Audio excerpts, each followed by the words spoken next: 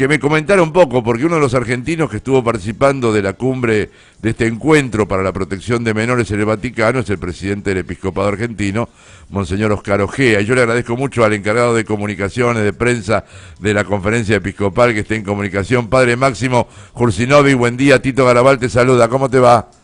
Tito, buen día, ¿cómo estás? Bien. Un gusto conversar con vos. Y como siempre para mí, te agradezco la disponibilidad siempre Por con favor. los medios, Padre Maxi, realmente. Por favor. Padre, me llegaban declaraciones de Monseñor Ojea, ¿no? Que estaba, me parece a mí, tan contento como yo, dentro del dolor que implica todo esto, ¿no? Pero que estaba también mirando con una capacidad de esperanza lo que se vivió y lo que viene. ¿Podríamos compartir con los oyentes de Enclave Grote, aquí a través de la radio de los Círculos Católicos de Obreros y de este programa, qué es lo que Monseñor Ojea desde el Vaticano decía? Como bien decís vos, Monseñor Ojea ha transmitido a su gente cercana realmente una gran alegría por lo vivido, que es una alegría, digamos, difícil. No sé si ¿me escuchás bien? Impecable, impecable. Perdón, porque no, acá perfecto. tuve como una especie de ruido, disculpame. No, perfecto, y como vos bien dijiste, una alegría difícil, me parece una fantástica Exactamente, porque definición. es una alegría que quizá no es una euforia, pero sí, Monseñor tenía la alegría de la fecundidad del encuentro, y sobre todo porque lo vio como un acto de profunda responsabilidad pastoral, lo que convocó el Papa Francisco.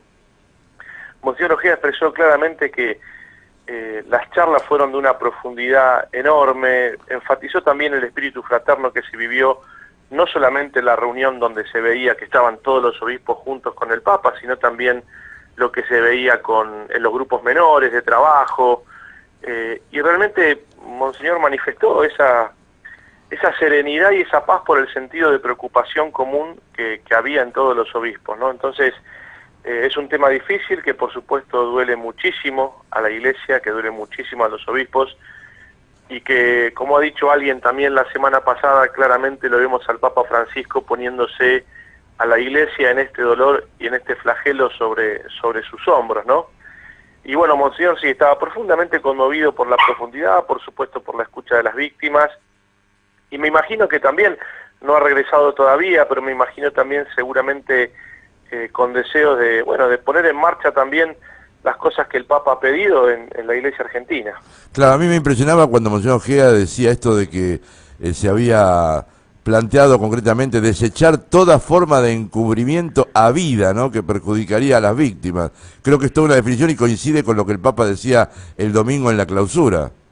Claramente, ¿no? Yo creo que en todo momento se ha tratado la gravedad, por supuesto, y el flagelo de lo que significa el abuso sexual a los menores, y también se ha tratado claramente el encubrimiento, que es un mal inmensamente grande, que como han dicho el Papa y muchos de los ponentes también en esta reunión, muchas veces nos ha alejado de las víctimas, y nos ha hecho realmente equivocarnos, ¿no? Creo que vale destacar, Tito, también que tuvo un profundo espíritu penitencial, Sí. la reunión.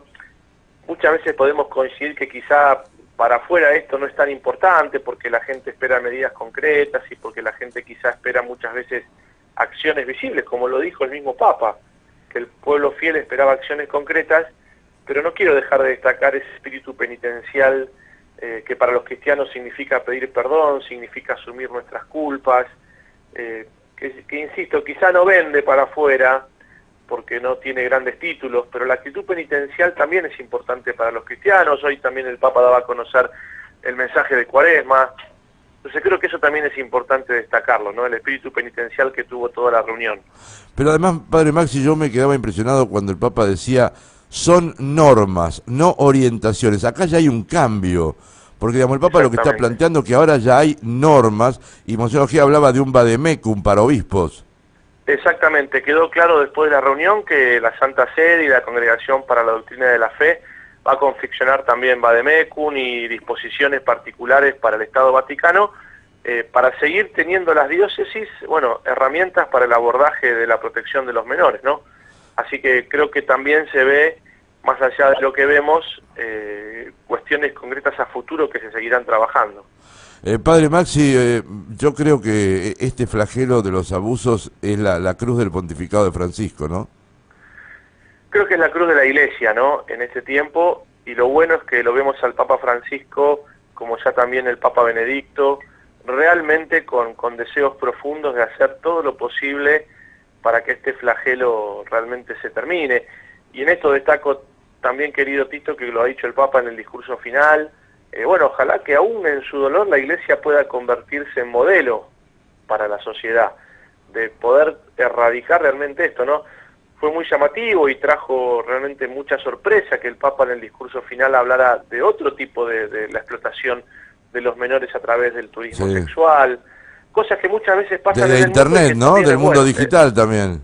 Exactamente, del uso de la pornografía de los menores con menores en internet, el turismo sexual, bueno, también denunciando que por supuesto la Iglesia tiene que hacerse responsable de lo que pasa en su seno, pero bueno, que el abuso es un flagelo que daña a toda la sociedad y que toda la sociedad tiene que combatirlo. Tu tarea no es fácil, mi querido Padre Máximo, pero yo decía la semana pasada, y el Papa lo retomó en su mensaje, que el tema de los abusos, lamentable, dolorosamente, dramáticamente, es un tema que se ha extendido y que no está solo en la Iglesia. Y el Papa decía que este fenómeno se extiende en ámbitos domésticos, educativos, políticos, deportivos. Y ha dicho que obviamente es más grave en la Iglesia porque contrasta con su autoridad moral y su credibilidad ética. Pero lo cierto es que mientras este fenómeno se da en muchos ambientes, la única que está tomando el toro por las astas es la Iglesia, ¿no? Aún tomando casos que ya caducaron hasta para la misma justicia. Y esto habla también de la responsabilidad que está tomando la Iglesia de cara al futuro y aún mirando al pasado y acompañando a las víctimas. Exactamente, yo creo que ahí tiene que estar realmente la acción visible de la Iglesia, más allá de lo que sale en los medios o más allá de lo que se pueda decir. Hay un trabajo que hay que hacer y que ojalá, insisto, se convierta justamente también en un signo y en un testimonio para que todos luchemos contra este flagelo. Creo que eso es importante también destacarlo, ¿no? Que muchas veces en todos los lugares se hace presente este dolor, pero bueno, ojalá que todos podamos hacernos cargo de la situación y trabajar para prevenirlo.